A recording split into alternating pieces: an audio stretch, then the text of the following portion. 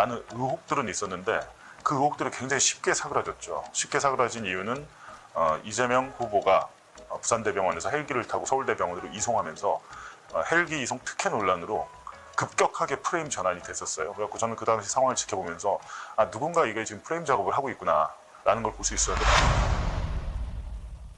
근데 당시 부산 강서경찰서가 이 사건을 수사를 했는데 대형 사건이기 때문에 언론을 상대로 중간 수사 결과 브리핑도 하고 종합 수사 결과 브리핑도 하고 이런 과정들이 아예 없었어요. 그리고 굉장히 서둘러서 사건을 축소하고 마무리하려는 느낌이다라는 건 있었거든요. 이재명 대표의 피가 흥건하게 젖은 와이셔츠 같은 경우는 살인미수범죄의 강력한 증거물인데도 불구하고 경찰이 이걸 잃어버렸다는 점, 그리고 시급하게 범행 현장 장소를 물청소를 해서 굉장히 말도 안 되는 일이거든요. 당시 민주당 대표가 피습을 당했습니다. 구급차 이송 약 15분 뒤에 경찰은 사건 현장을 물청소로 아주 깨끗하게 지웠습니다. 뿐만 아니라 당시 착용한 와이셔츠도 폐기했습니다. 그냥 단순한 살인미수 사건이 일어나도 폴리스 라인을 치고 일반인의 접근을 막고 한참 동안 수사가 어느 정도 끝나고 재판에 넘길 때까지도 보존하는 게 일반적인 이제 수사의 원칙인데 증거를 인멸한 걸로 볼 수 있잖아요. 당시 여러 의혹들이 있었는데 되게 이상한 점들은 있었는데 나중에 조금 실마리가 풀리기 시작했죠.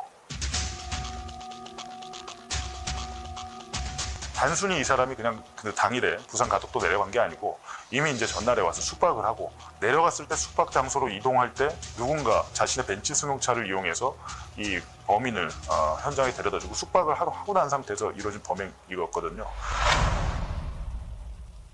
근데 여러 가지 이상한 점들이 있었는데 경찰이 아무 발표를 하지 않으니까 그냥 자연스럽게 다 넘어갔습니다. 그 부분에 대해서 지금에 와서 이제 하나씩 밝혀지고 있는 거죠. 이제 역시 이제 특검이 가동이 되니까 여러 가지 특히 이재명 테러 이 사건에 대해서도 여러 가지 정황들이 나오는데 이제 최근에 제가 들은 얘기는 부산 가덕도 지역이 어느 지역이냐면 소위 말하는 그 세계로 교회가 그 근방에 있습니다. 세계로 교회는 어떤 곳이냐라고 했을 때 제가 세계로 교회를 알게 된 거는 지난 대선 당시에 리박스쿨 취재를 했을 때 이 극우 세력들이 온라인 댓글 작업에 더불어서 초등학생 어린이들을 극우화시키는 교육 프로젝트가 있었다는 보도가 있었잖아요. 그런데 리박스쿨은 주니어 역사교실이란 명목으로 초중등 학생들에게도 뉴라이트 역사관을 가르쳤던 것으로 확인됐습니다. 광복절이라고 부르고요. 정복절이라고 불러야 되는데 현재는 그렇게 부르지 않고 있어서 여러분이 주변에 많이 알려주세요. 근데 저희가 나중에 보니까 리박스쿨은 어떻게 보면 그냥 하나의 대리점 정도에 불과하다. 본점은 따로 있다라는 정황이 발견이 됐어요. 근데 그 본점이 어딜까라고 봤을 때 극우 교회들입니다. 그 중에서 가장 큰 규모의 교회가 정광훈의 교회가 아니고 세계로 교회더라고요. 세계로 교회의 손현보 목사라는 분이 실질적으로 신도들을 상대로 목회 활동을 한 걸 보면 기승전 다 이재명으로 끝나요. 이승만 대통령이 자유민주주의 국가를 만들고 또 박정희 대통령을 통해서 나라가 크게 경제적으로 부흥하고 먹고 살 수 있는 이런 나라가 되었지만은 언론 보십시오. 심지어 조중동까지도 완전히 저 이재명한테 다 넘어갔습니다. 최근에 저희가 받은 제보, 아주 이제 신빙성 있는 유력한 제보였는데요. 테러범 김진성을 가덕도 피습 현장에, 범행 현장에 태워다 준 사람이 그 벤츠 승용차의 운전자가 세계로 교회 신도가 맞다라는 점. 그러니까 세계로 교회와 관계가 굉장히 깊숙이 있는 분으로부터 이제 제보가 온 건데 세계로 교회 교인이 김진성 범인을 이동시켜줬다는 점. 그리고 이 교인이 그냥 단순하게 극우 논리에 빠진 그런 분이 아니고 그래서 부산 가덕도 그 인근에서 수협은행에서 직원으로 근무하고 있다. 그런데 최근에 갑자기 하여튼 백혈병인지 암인지 아주 중한 질병이 발생을 해서 생사가 오락가락한다는 거예요. 그래서 이제 제가 몇몇 매체에 나가서 이러이러한 사실이 있는데 공교롭게도 그 운전자가 세계로 교회 교인이다.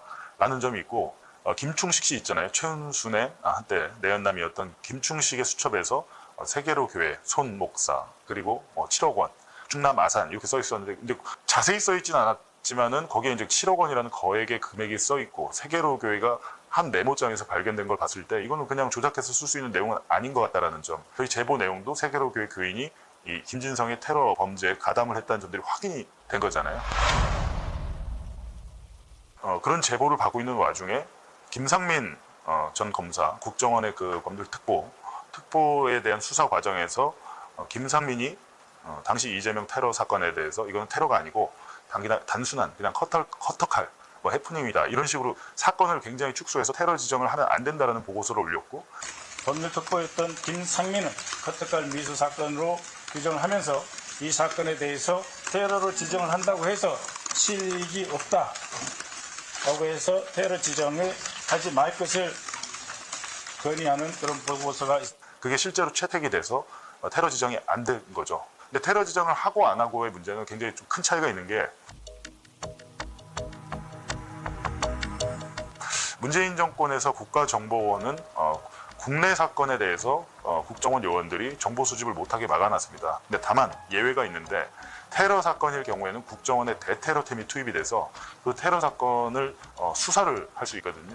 근데 테러 지정 여부가 굉장히 중요했는데 만약에 당시에 국정원이 이 이재명 테러 사건, 피습 사건을 테러로 지정을 했다면 국정원이 개입을 해주고 보다 많은 사람이 이 사건의 내막에 대해서 다 알게 되는 상황이 왔던 거거든요. 근데 테러 지정을 막아야 했던 이유 그리고 부산 강서경찰서가 이 사건을 굉장히 부실하게 수사를 하고 서둘러 마무리하고 김진성의 단독 범행이라는 식으로 이제 재판에 넘긴 상황인데요. 그 부분에 대해서 이제 경찰 쪽에서도 누군가 이제 외압을 행사했던 정황들이 계속 나오고 있고 마침 또 국정원에서 테러 지정을 못하게 김상민이라는 사람은 김건희 라인으로 분류되는 인물인데 이런 것들을 봤을 때 김충식의 수천 메모까지 나온 점 그리고 이동자가 세계로 교회 교인이라는 점을 봤을 때 그렇다면 누군가 배우가 있고 거액의 돈을 제공하는 대가로 이재명에 대한 살인을 교사한 게 아닌가라는 합리적인 의심이 생길 수밖에 없습니다.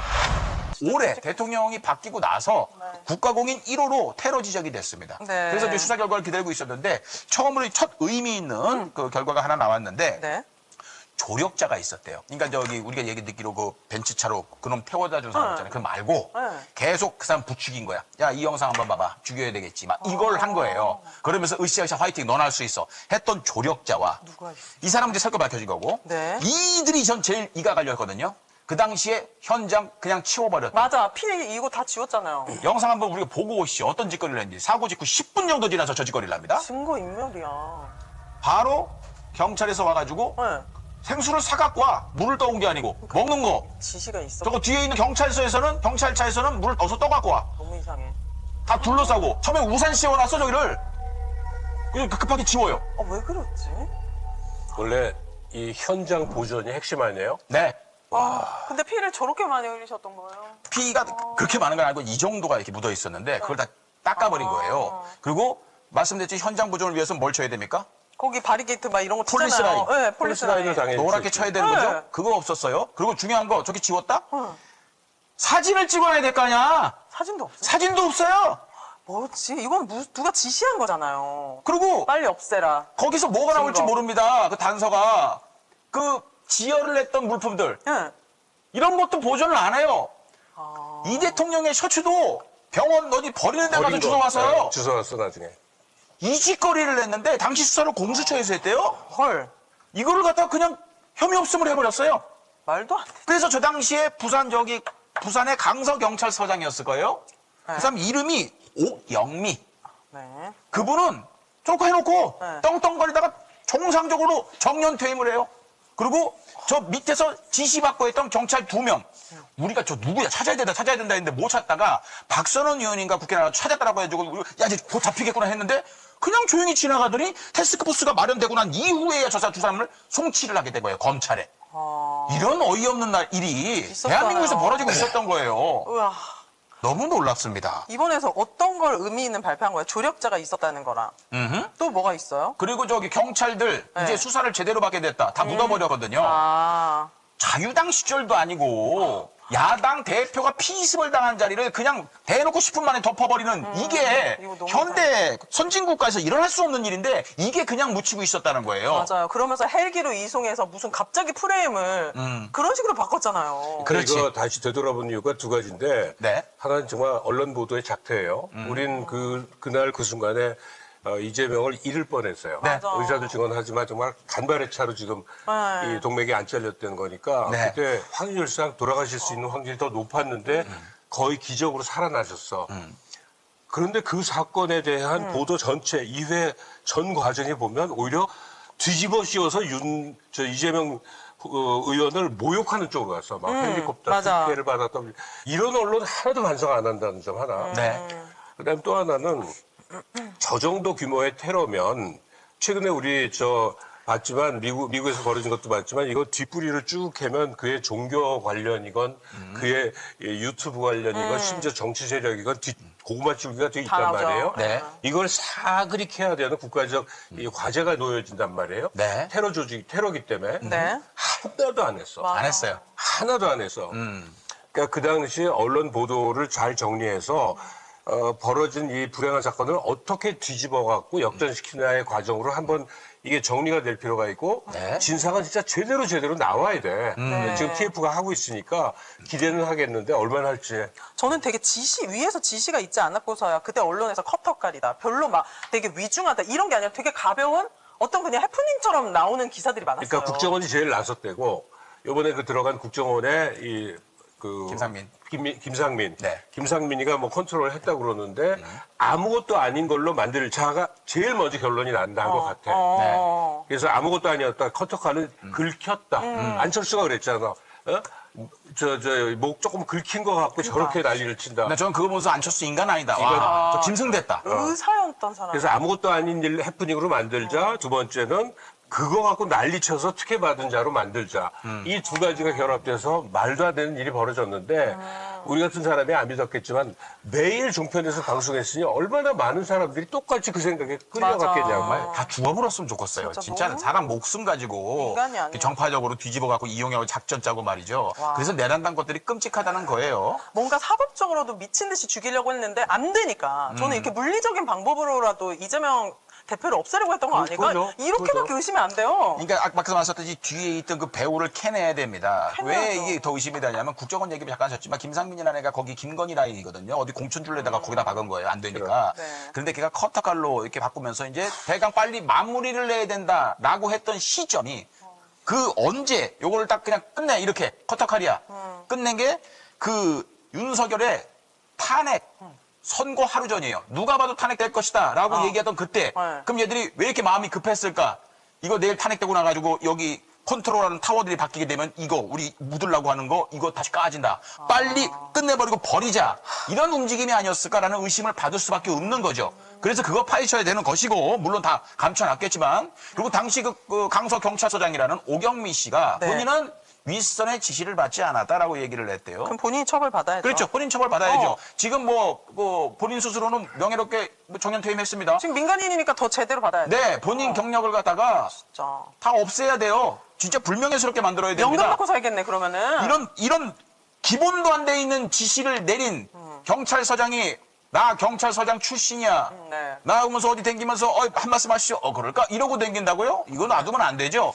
동물적인 감각으로 저는 이거 묻으면은 칭찬받나? 이거 아니었을까? 지시를 안 받았다면 네. 아니면 그냥 완전히 무능한 인간인가? 둘 중에 하나인 거예요. 이 사람도 네. 조사해야죠. 전 양반이 그전 경력을 보면은 뭐 상도 받고 그랬어요. 근데 이렇게 무능했을까? 저는 윗선을 제가 알아서 입 다물겠습니다. 한 걸로밖에 안 보이기 때문에 그 수사 제대로 철저하게 들어가야 된다는 거고 그 밑에 경찰관들 2명이 또 해가지고 또 지금 검찰에 넘겨졌거든요. 너무 일사불란하게 그 인간들도 그냥 옷 벗겨야 돼요. 일어났잖아요. 환자 딱 이송하자마자 물 가져와가지고 너무 이상해요. 대단합니다 정말. 진짜 이상해요. 아직까지 이게 그래서 태스크포스가 만들어졌을 때 테러로 네. 지정이 되고 지금 이렇게 하나하나 보자는 건데 이제 하나하나 나온 거고 송치가 됐으니까 네. 거기에 대한 자료들도 넘겨주겠죠 검찰에. 네. 이제 하나하나 나오는 걸 봐야 될 텐데 절대 이거 잊어서는 안 된다. 왜냐하면요 이런 게 묻히게 되면 저것도 또 해요. 이재명 대통령이 겨우 목숨을 건져서 병원에서 치료를 받는 동안 그 과정에도 이재명을 죽이려 하는 시도가 있었던 걸로 보입니다. 이들은 병상에서 이재명을 죽이려 했던 것 같아요. 놀랍게도 그 과정에는 부산대 의대 교수들, 부산대 법대, 로스쿨 교수들이 상당히 많이 개입되어 있습니다. 제가 오늘 준비한 세 번째 주제에서는 2024년 1월 2일 부산 가덕도 거기에서 있었던 이재명 당시 민주당 대표 피습 사건, 이 사건에서 그 직후 이재명을 죽이려고 하는 또 다른 시도가 있었다는 얘기, 그 얘기를 좀 해보려고 합니다. 오늘 기사 하나 났습니다. 국민권익위원회에서 자체 조사, 진상조사 결과를 발표합니다. 이재명 대표 피습 사건 당시 헬기 전원 이와 관련해서 권익위 부위원장이 부당하게 개입을 했다. 이것이 확인됐다는 내용입니다.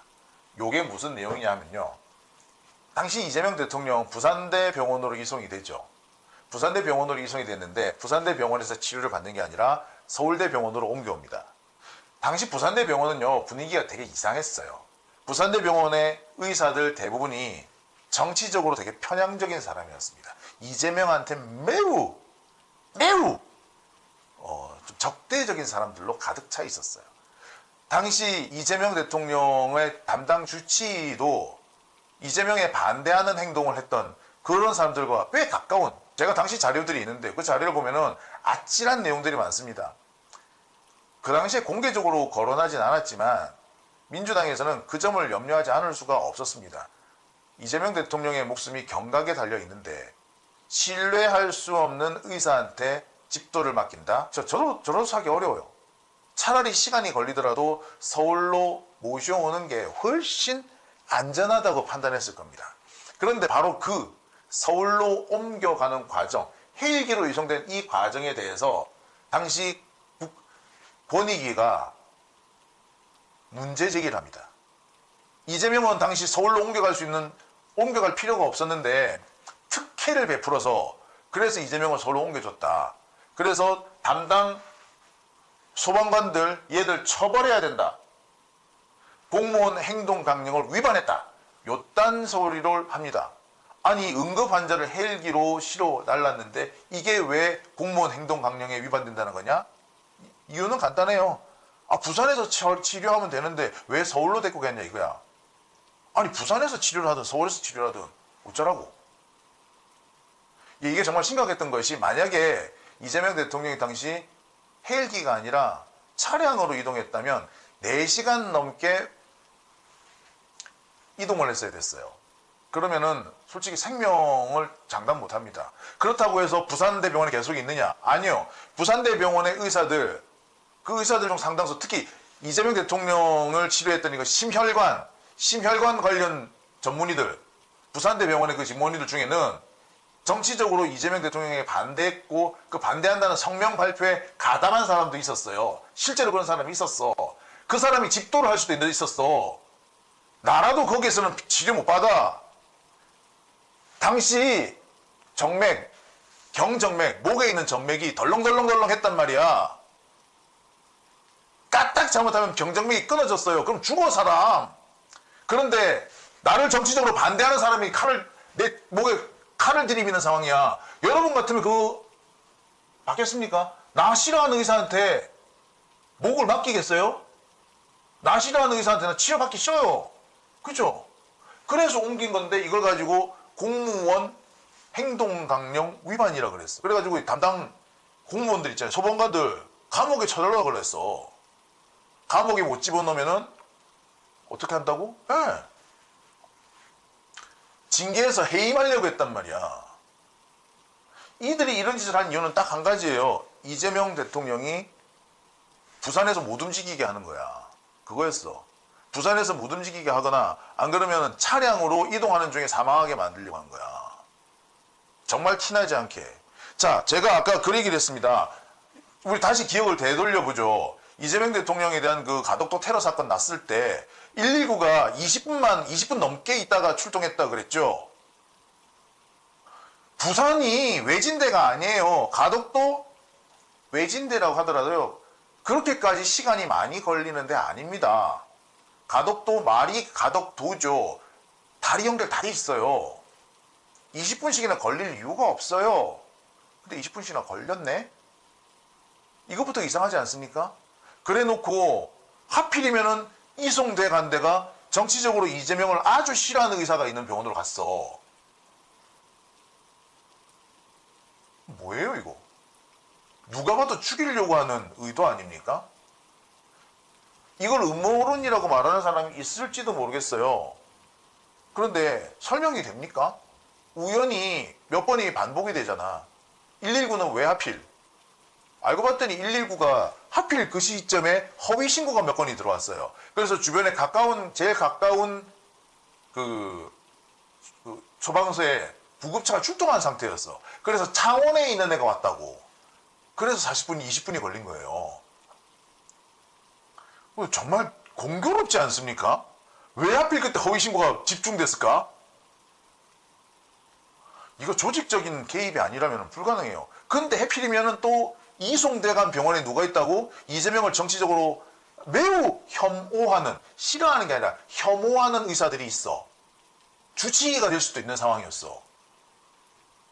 이거 어떻게 이렇게 우연히 딱딱 맞아 떨어지죠? 게다가 그래서 그 병원 아니고 다른 병원으로 옮겼다. 헬기로 옮겨가자 했는데 그걸 가지고 공무원 행동강령 위반이라 그래. 이거 우연, 아무리 봐도 우연 아니죠. 세 가지가 겹쳤어. 야, 희한합니다. 자, 기사를 한번 볼게요. 국민권익위원장은 권익위 정상화 추진 TF 운영 결과를 발표를 했는데 이 경우에서 뭔 내용이냐면 정승현 전 국민권익위 부위원장이 2024년 7월 이재명 대통령의 헬기 전원 신고 사건과 관련해 위원회에서 다루지 않은 사항을 의결서에 포함한 정황을 확인했다. 당시에 보면은 이재명 대통령의 헬기 이송과 관련해 가지고 그 국민권익위원회 전원위원회에서 뭔가 결정을 내렸을 거 아니에요. 근데 거기에 결정에 포함되지 않은 내용을 슬그머니 끼워 넣었대. 누가? 부위원장이. 정승윤 부위원장이. 뭐가 됐느냐? 그래서 뭐라고 했다? 끼워 넣은 게 뭐다? 아무 문제가 없는 사건이었고 위원회에서는 문제 삼지 않기로 했는데 행동강령 위반으로 처리하라고 이 내용을 집어넣은 거야.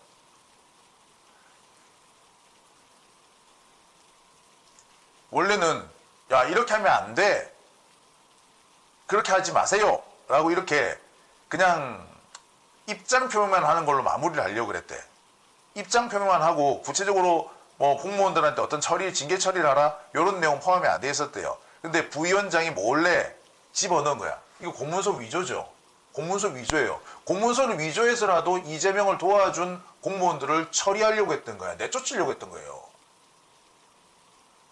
이거 뭐 하는 놈이야? 자, 그 정승현이 누구냐? 이 사람입니다. 알고 봤더니 이 사람이 부산대 로스쿨 교수예요. 서울대 공법학과를 졸업했고요. 사법연수원 25기입니다. 윤석열하고 딱 연수원 2년 차예요. 윤석열이 23기죠. 그러니까 윤석열하고 연수원을 1년 정도 같이 다닌 겁니다. 서울 남부지검, 광주지검, 순천지청. 그래서 윤석열하고 근무도 같이 했어. 검사 출신. 그리고 부산대 로스쿨 하는 겁니다. 그리고 이 사람이 뭐라고요? 부산 교육감으로 출마한 적이 있어요. 정승윤이 부산 교육감이었어. 이번에도 부산시 교육감으로 출마를 했어. 지난 2022년에도 부산 교육감으로 출마를 했었고 2024년에도 부산 교육감으로 출마했어요. 부산대 법대 로스쿨 교수입니다. 와, 씨. 이 사람이 이재명을 헬기로 실어서 서울대 병원까지 데려다준 소방관들을 징계하려고 했던 거예요. 이 징계 사실상 이재명을 죽이지 왜 살려뒀냐 이 말이거든요. 자, 이 정도였으면 제가 더 말을 안 해요. 여러분 이 기사 기억하십니까? 이재명 서울대병원 이송은 업무방해, 의사단체 고발. 당시 이재명 대통령을 서울대병원으로 이송한 것과 관련해 가지고 의사단체들이 이재명 대통령과 민주당 국회의원들을 업무방해로 고발을 했어. 아니 이게 병원 옮긴 게 왜 업무방해가 되죠? 병원을 옮겼을 뿐인데 왜 업무방해가 되죠? 근데 그거를 의사단체가 고발을 했다고? 야 진짜 말도 안 되는 얘기 아닙니까? 예. 여러분 저는 이 상황을 보고 어떤 생각이 들었느냐? 이 새끼들이 정말 이재명을 죽이려고 했구나. 그죠? 누가 보더라도 이거 그렇지 않습니까? 아니 119는 늦게 출동해. 알고 봤더니 허위신고 그날 집중됐어. 허위신고가 집중된 곳이 한 곳이 아니라 가까운 소방서 두 곳에 다 허위신고 집중이 돼가지고 창원에 있는 소방서가 출동을 해야 됐다고. 그래서 출동 시간이 20분이나 됐어요. 병원에 갔더니 이재명을 정치적으로 혐오하는 의사가 집도의야. 우와 피해서 서울 가자 라고 했더니 서울로 보내준 소방관들한테 징계가 떨어지네. 뿐만 아니라 서울로 간 것 그 자체가 업무방해라고 고소고발이 들어왔네. 뭐예요 이거? 뭐예요 이거? 누가 봐도 이거 죽이려고 한 거고요. 이걸 우연이라고 보는 게 이거 있어요? 이거 우연 맞아요 이거? 이거 굉장히 깜짝 놀랐어. 이게 아무튼 이상한 우리가 과거에 있었던 일 중에 와 이거는 도저히 해석이 안 된다. 이거 너무 이상하다. 너무 비정하다. 너무 비참하다. 너무 잔인하다 싶은 것들은 김건희 냄새가 나는 거예요. 관련해서 오늘 이야기를 나눠볼까 하는데요. 국정원 출신의 박선원 의원님이 나와주셨습니다. 박수로 맞이합니다. 네. 안녕하세요. 의원님. 예, 안녕하십니까. 지난번에 노상원의 수사 2단을 놓았던 이유. 야, 그거 진짜 대박이었어요. 대박이었어. 그거 진짜 대박이었습니다. 화제 예. 많이 됐고 사람들이 다 무릎을 쳤어요.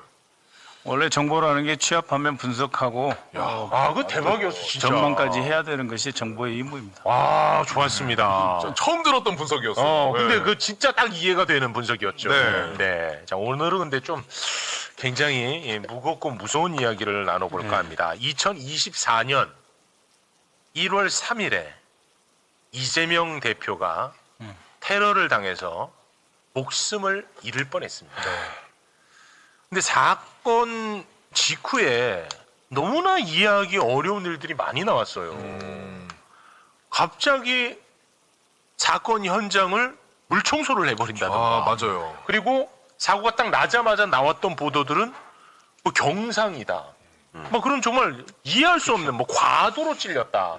뭐 노인이 찔렀다. 뭐 이런 것들이 막 나왔단 말이야. 진짜 이해가 안 가잖아. 굉장히 좀 이상했단 말이죠. 그런데 더 이상한 점들을 박선원 의원이 어제 오늘 기자회견을 통해서 폭로를 했습니다. 김건희의 측근이자 검사 출신이자 국정원 법률특보 김상민이 기억하지? 잘 챙겨두라고 한 김상민이. 네네네. 김상민이가 여기서 나옵니다. 김상민이. 이 김상민이가요. 윤석열 파면이 4월 4일 당했거든요. 네. 파면 직전에 이재명을 향했던 테러를 축소를 합니다. 이게 한참 지나서잖아. 김상민이가 축소를 해서 대선 기간에 이재명 후보를 위험에 노출시키려 했다라는 의혹이야. 간단하게 정리하면. 와, 이게 진짜 끔찍한 의혹적입니다. 축소시켜서. 예. 관련해서 국회에서 기자회견을 했는데요. 영상을 잠깐 보고 와서 이야기를 나누겠습니다. 윤석열 김건희의 최측근이자 정치검찰 출신 김상민 전 국정원장 특보가 2024년 1월 발생한 이재명 대표에 대한 테러를 커터칼 살인 미수, 즉 커터칼로 뭔가 했는데 아무 일도 일어나지 않았다는 식의 커터칼 살인 미수라고 축소 왜곡하는 보고서를 작성했다고 폭로한 바 있습니다. 김상민 특보는 윤석열 탄핵 인용 하루 전인 지난 4월 3일 법원이 적시한 범행 도구인 등산용 칼을 문구용 커터칼이라고 하는 등 상식 이하의 용어를 써가면서 당시 제1야당 대표가 목숨을 잃을 뻔했던 엄중한 사건의 의미를 축소하는 보고서를 작성하여 대테러국에 보냈습니다. 이 칼과 문구용 커터칼이 같습니까? 국정원은 김상민의 축소 왜곡 보고서가 작성된 지 한 달여 뒤인 지난 5월 14일 국무조정실 대테러센터에 대테러 합동조사팀을 가동하는 것이 불요하다라는 입장을 구두로 통보했습니다. 즉 유력 대선 주자를 흉기로 찔러 하려 했던 사건은 테러가 아니니 국정원 등 관계기관은 손 놓고 있어도 된다라는 신호를 준 것입니다. 와, 이거는 진짜 너무 끔찍한 얘기야. 김상민은 김건희 최측근입니다. 예, 공천을 주려고 그렇게까지 애를 썼으니까. 그런데 지난 대선 기간에 테러 위협이 진짜 많았잖아요. 맞아요. 이재명 후보를 향해서. 근데 그거를 테러 대응을 못하게 그때까지도 작업을 쳤다? 저거 우리 이런 의혹이야. 대선 기간이라 모르고 있었네. 5월이면은 네. 정신 없어서 모르고 있을 때 저 와. 뒤에 사고 있었던 거잖아요. 의원님 정리를 좀 해주시죠. 와 이거 진짜 이거 굉장히 큰 건이다. 예. 그러니까 이제 24년 1월 2일 날 가덕도 신공항 부지 현장을 방문했던 이재명 대표에게 이제 테러 사건이 발생을 합니다. 예, 그때 사용됐던 칼입니다. 여러분 이게 좀 보기 흉한데 어쩔 수 없이 다시 가져 나왔는데 이 칼입니다. 그렇습니다. 이 와. 칼을 이제 갈아가지고 양감을 예. 해서 이걸로 살인을 하려고 한 것이죠. 근데 김상민이라고 김건희 윤석열의 가장 가까운 측근 조국을 잡아 없애준 그래서 너무도 고마운 김상민이가 보고서를 작성하는데 김상민이는 대테러센터에서 국정원의 대테러국장이 김상민에게 이 사건을 테러로 볼까요 말까요 하는 의견을 물으니까 이런 사건이 아니고 이걸로 그냥 긁힌 정도 사건인데 뭐 테러냐 하는 보고서를 쓴 거예요. 와. 네? 그것도 언제? 25년 올해 4월 3일. 그러니까 마치 4월 4일 날 헌재에서 인용이 안 되고 기각이 되면 이때부터는 마구잡이로 쓸어도 된다는 신호를 보낸 거라고 저는 판단을 해요. 왜냐하면 대테러국에서는 국정원 안에 기조실이라는 게 있어요. 그 안에 법무처에다가 이게 테러인지 아닌지 물어야 되거든요. 근데 거기 물으면 테러라고 할 것 같거든. 거기는 진짜 변호사들이 있어요. 네. 그러니까 가장 가까운 조태용의 오른팔이자 김건희, 윤석열의 최측근이에요. 가장 측근인 법률특보한테 물어봐서 보고서 제목이 야당 대표 커터칼 살인 미수 사건 그 테러 아니다 이거예요. 아니 그 보고서가 진짜 2025년 4월 3일 보고서예요? 예, 그렇습니다. 아니 이미 그 사건의 진상은 다 밝혀졌는데 와 한참 그러니까 이게 지나서 올해 1월 경에 와. 대법에서 이거는 테러라고 규정이 됐어요. 네. 이 사람이 김진성이가 확정 판결. 야당 대표를 정치적 목적으로 살해하려고 해서 이건 중대한 문제다. 헌정 질서를 위협하는 문제라고까지 판결을 했음에도 불구하고 네. 대선이 다가오고 그다음에 여차하면 이재명을 다시 보내버리든지 뭔가 해야 될 그런 위기에 사로잡혀서 4월 4일 날 헌재에서 기각되면은 이재명 대표를 왜냐하면 대선이 없으니까 또 이렇게 없애버리려고 한 거고 그다음에 5월 14일 날 이 보고서에 근거해서 국가정보원 대테러국이 국무조정실 대테러센터에 구두로 통보를 합니다. 자 잠깐만요. 자, 요 부분을 우리 곽수산 씨가 읽어주세요. 이게 한참 그러니까 진상규명 다 되고 대법에서도 다 결론 난 일이야. 그리고 2025년 4월 3일에 작성된 보고서입니다. 네, 결국 피고인에게 확정된 판결에 의할 때 본건 커터칼에 의한 살인 미수 행위는 테러 방지법에서 정한 테러에 해당한다고 볼 수 있는 증거가 없다. 와, 이 미친 거야. 이 진짜 미친 거야. 이게 이건 보석이에요. 분명한 의도가 있는 거야. 커터칼이라 해서 증거가 없다는 거 아니에요. 이 칼이 있는데. 그러니까 우리가 다 알고 있었는데. 경정맥의 67%가 잘려가지고 1mm만 더 갔으면 돌아가실 뻔했는데. 와. 제가 이재명 대표께 약속한 게 하나가 있었는데요. 정권 교체되면 이 사건을 반드시 밝히겠다. 아, 네네. 왜냐하면 이거는 국정원하고 총리실하고 다 연관이 돼 있으니까 네. 정권 교체가 안 되면 이 사건을 밝히기 어렵거든요. 네. 근데 지금 우리가 정권 교체된 지 64일 됐는데 네. 정말 조금 안타까운 마음에 이 문제를 다시 제기를 하는 것입니다. 해야 됩니다. 이거는. 왜냐면은 5월 14일이 어느 날이냐면 5월 14일. 5월 12일부터 대선 후보 등록을 해요. 등록을 했는데 올해 5월 12일 잘 기억하시면 그 전부터 이재명 대표에 대한 테러 첩보가 엄청나게 많이 나와요. 맞아요. 그래서 뭐 유리로 방탄벽을 쌓느니 마니 그런 준비를 실제로 하고 있던 때란 말이에요. 그때 총리실 대테러센터에다가 테러 아니다. 그건 뭐예요? 총리실의 국무조정실 밑에 있는 대테러센터가 합동조사팀이나 이런 걸 운영하지 않아도 된다라는 거잖아요. 그러니까 뭐예요? 국정원, 경찰, 군, 소방방재청 일체를 무장해제 시켜놓은 거예요. 그러면 뭡니까? 이재명 후보, 근데 대통령 후보입니다. 어떻게 해도 된다는 그런 신호를 준 거잖아요. 그렇죠. 뭐 경악을 금치 못하겠더라고요. 그래서 이거는 그냥 갈 일이 아니다. 그래서 정말 이 총리실에서 국무조정실에서 다시 이걸 조사를 해라.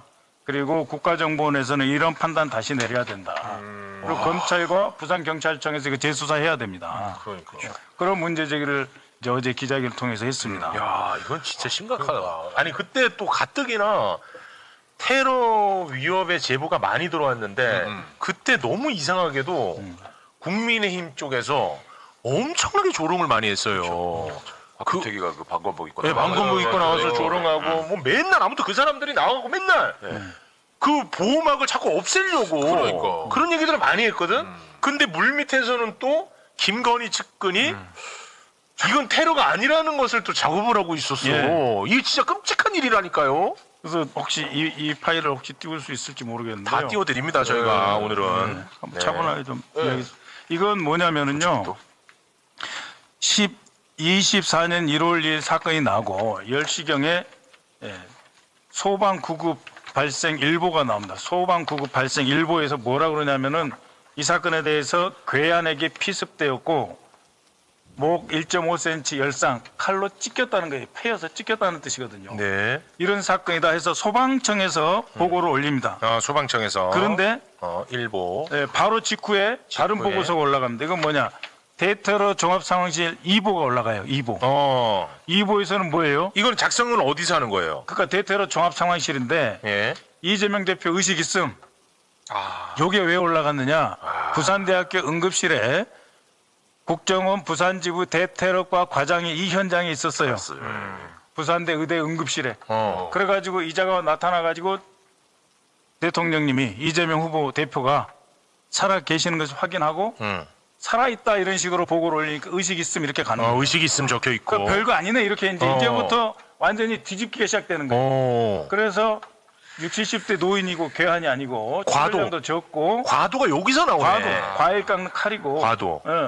목 부위에 1.5cm에 불과하다. 이렇게 출혈량 적은 상태. 요게 다 나오네.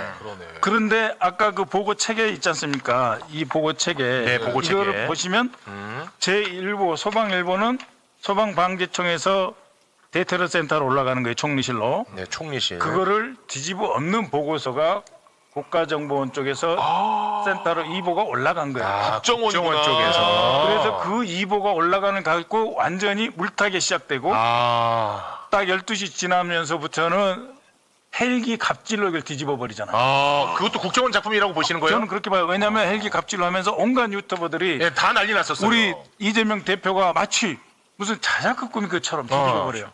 맞아.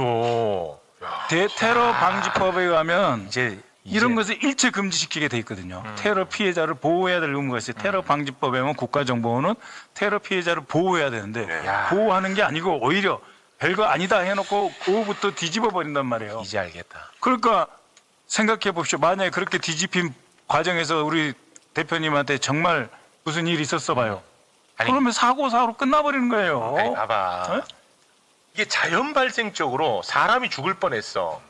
근데 그 사람을 조롱하고 자연 발생적으로 조롱하고 저 사람을 비난하는 여론이 형성이 되겠습니까? 절대 안 될 거 아니야. 근데 이상하게 그때는 죽을 뻔한 사람 이재명 대표를 향해서 엄청나게 조롱의 여론이 많이 퍼졌어. 이게 어떻게 가능한가 싶었거든. 야, 세상이 어떻게 이럴 수 있나라고만 난 생각했는데 그럴 때는 국정원이 개입했을 가능성이 높은 거야. 야, 그때 막 지역 의료 패싱이다 그걸로도 난리였잖아요. 그리고 자작극 얘기가 왜 나오냐고. 그치. 그러면서 이 대표님의 피습 현장을 완전히 물청소를 해버리잖아. 물청소에 싹 쓸어버립니다.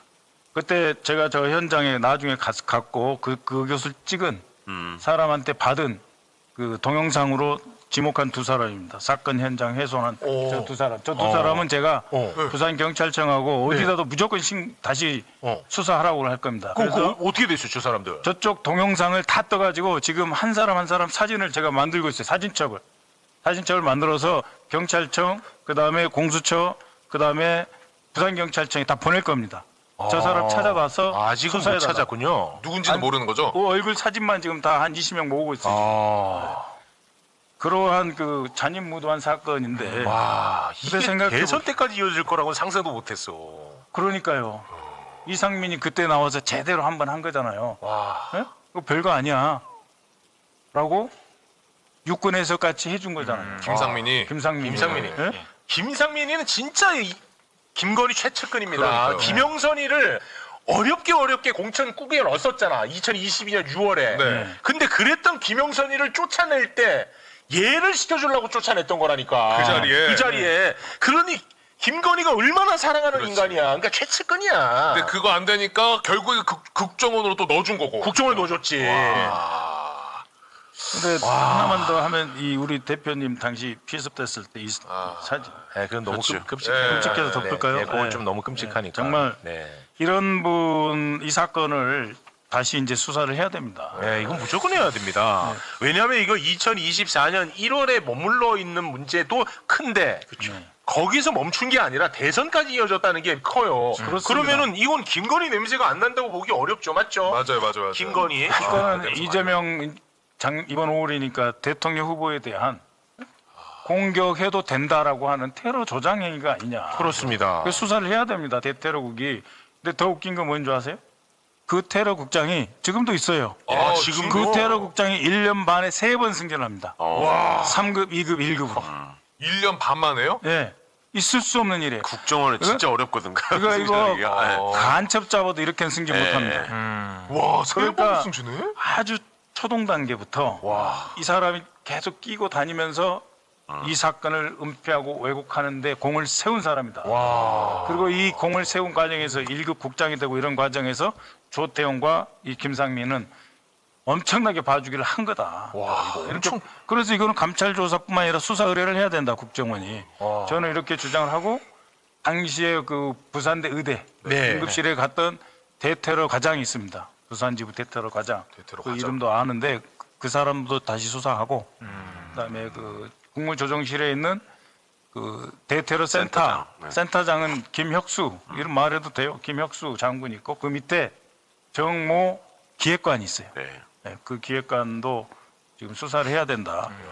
그리고 이거는 총리실 안에서 일어났던 일, 국무조정실에서 일어났던 일이기 때문에 자체 감찰도 해야 된다. 네. 아니 그 의원님 그 이종석 원장님 잘 아시지 않습니까? 국정원장님? 예. 이거 좀 알죠. 일러주세요. 그러니까요. 예. 이건 진짜 확실하게 규명을 하셔야 돼요. 네, 잘 하실 거로 보고 있는데 지금 이제 워낙 초반이라 그런데 어쨌든 계속 저희가 촉구를 해줘야 됩니다. 엄청 큰. 아니 그 개인적으로 소통 되잖아요. 네, 됩니다. 원장님이랑 되죠. 네. 저 닮은 분 있잖아요. 그러니까 이종석 원장님한테 조금 미안한 일일 수도 있지만 이거를 제가 공개적으로 이거를 한번 제기를 해놔야. 이건 여론 형성 제가 뭐 필요해. 개인 이종석 원장님한테 친하다고 해서 뭐 하고 계시면 이럴 수는 없잖아요. 네. 공개적으로 다시 재공론화를 해서 다시는 이렇게 대통령님이 입장에서 보면 지금 정권 교체 64일 돼 가고 있는데 이 문제에 대해서 아무도 안 들여다본다면 말이 안 되는 거죠. 의원님 이거 재공론화가 아니에요. 대선 기간에 이 플랜이 있었던 건 몰랐어요. 그러니까 4월 3일, 5월 14일은 모르는 거잖아요. 몰랐지. 아니 왜 굳이 대선 시기가 기가 막히잖아. 5월 12일 다음 날이 5월 14일 날 이재명 후보에 대한 테러 첩보 그렇게 많은데 등록하고 나서 구두로 이거 이상해. 구두로 총리실에 그때 총리 권한대행은 이주호 이주호 전화해가지고 대테러 센터에 어떻게 보면 이제 총리실 안에 주인도 뭣도 없는 상황이니까 너희들 손 놓고 있어라고 하는 지시를 한 거나 똑같아요. 국정원의 대테러국에서. 저쪽에서는 하나같이 저 방탄복 벗기려고 용을 썼잖아요. 계속 조롱하고 김문수 같은 경우에는 나한테는 무슨 뭐 경호인력 보내지 마라 하고 계속 그랬다고. 이거 너무 이상하잖아. 퍼포먼스 됐어요. 방탄복 벗고 안 입었다. 이상하잖아. 그거 너무 이상하잖아. 그때도 계속 이상하다고 그랬지. 물 밑에서 이런 거 있을 거라고 누가 상상합니까? 그래서 먼 과거 일이 아니지 않습니까? 그러니까요. 그래서 이건 바로 재수사해야 된다. 이거는 그냥 지금 덮쳐야 돼. 불과 3달 전 일이에요, 그게. 그렇습니다. 끔찍하네. 이건 어떻게 아신 거예요, 근데? 제보 받으신 거예요? 아니 이런 문서가 갔다는 원래는 제가 이제 그 국정원장 청문회 때 최하 4가지는 해야 된다. 일단 우리 이재명 대통령님에 대한 피스테러 행위, 그 다음에 우리가 잘 알고 있는 국정원이 선거관리위원회 서버를 들어가 가지고 보안툴을 씹는다고 하면서 이게 해집어 놓은 사건. 맞아요. 그 다음에 내란의 날에 그 방첩사로부터 전화를 받아가지고 그 방첩사에서 그 과거 수사국 안보정보조사국이 가가지고 협조해서 서버 떼화를 한 거 있지 않습니까? 그 사건 그리고 그 정보사령관하고 그 북한 관련 부서장이 통화한 게 있어요. 24년 1월 20 작년이죠. 24년 12월 4일 1시에 통화한 게 있어요. 정보사령관하고 통화한 게 있어요. 그런 사건을 조사해 주십시오 했는데 뭐 이 정도 조금 흘러나오고 있는데 이거는 이 정도 갖고 안 돼요. 이거는 감사 대상이 아니고 수사 의뢰 대상이다. 네. 이게 근데 참 생각하면 너무 화가 나고 끔찍한 게 있잖아요. 이게 전신을 따져보면 이제 중앙정보부잖아요. 국정원이라는 데가. 그리고 방첩사 이런 것들은 따라 올라가 보면 보안사, 뭐 특무대 이런 거고. 그렇죠. 근데 그 시절에 독재 시절에 하여튼 온갖 나쁜 짓을 다 하던 기관이잖아요. 그걸 민주정부가 들어서면은 국민이 군림하지 못하고 나쁜 짓 못하게 하려고 참 여러 가지 제도도 바꾸고 장치를 만들거든요. 근데 이것들을 정권을 바꾸면 옛날로 그냥 순식간에 돌아가가지고 또 나쁜 짓을 또 체계적으로 해. 한순간에. 한순간에 그냥. 진짜. 그 뭔가 DNA로 박혀 있는 거야 이게.